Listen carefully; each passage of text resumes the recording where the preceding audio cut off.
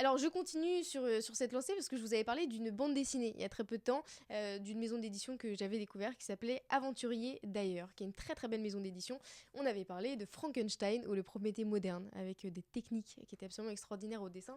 Eh bien je continue cette lancée avec la même maison d'édition, mais cette fois-ci avec un ouvrage que j'avais évoqué très rapidement la dernière fois, qui s'appelle Au cœur des terres ensorcelées de Maria Sourdoucan, qui est une artiste qui est roumaine et qui est absolument extraordinaire, qui est une des figures de proue avec sa sœur, des personnes qui se sont inspirées des mangas quand ils sont arrivés, quand ils se sont développés, qui sont arrivés notamment en Roumanie, ou des comics ou de la BD franco-belge. Et elle s'initie un ouvrage qui est extraordinaire parce que elle nous fait voyager dans des contes de fées, dans des contes folkloriques roumains, avec en particulier des histoires qui sont donc des histoires de, pardon pour la prononciation, Petre Ispirescu, qui est donc un conteur en 1830, qui a été sans doute le plus grand folkloriste de l'histoire de la Roumanie, et qui a donné des contes de fées et des légendes absolument extraordinaires qui sont adaptés ici.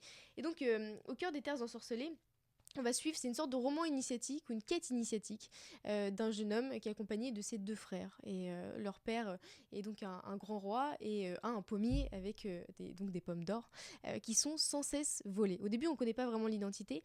On sait que c'est un oiseau chapardeur. On ne comprend pas très bien quelle est l'identité de cet oiseau qui se change, qui se transforme. Et ces trois frères vont évidemment être énervés de cette position-là, de cet oiseau qui ne cesse de voler les fruits de leur père. Ils vont décider de partir à la chasse. Et les trois frères sont extrêmement différents. Il y a un grand frère, un aîné qui est assez méchant, et on comprend très bien que ce qu'il veut, c'est le pouvoir, l'argent et la gloire. Un autre frère qui va suivre ce frère aîné, et ce dernier frère qui est absolument magnifique, et toujours cette figure du poète, et cette figure de ce petit frère qui a un cœur pur, et qui va décider de partir pour essayer de retrouver cet oiseau chapardeur, et qui va partir dans des contrées absolument extraordinaires.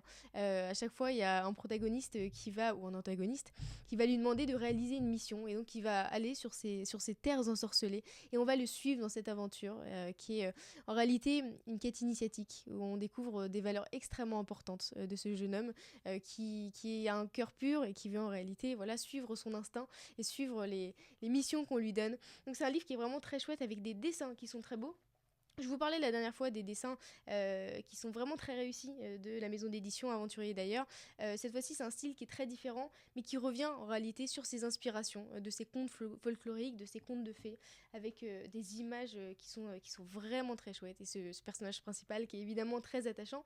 Donc je vous conseille vraiment, vraiment cet ouvrage qui s'appelle Au cœur des terres ensorcelées de Maria Sourdoucan, donc aux éditions Aventurier d'ailleurs.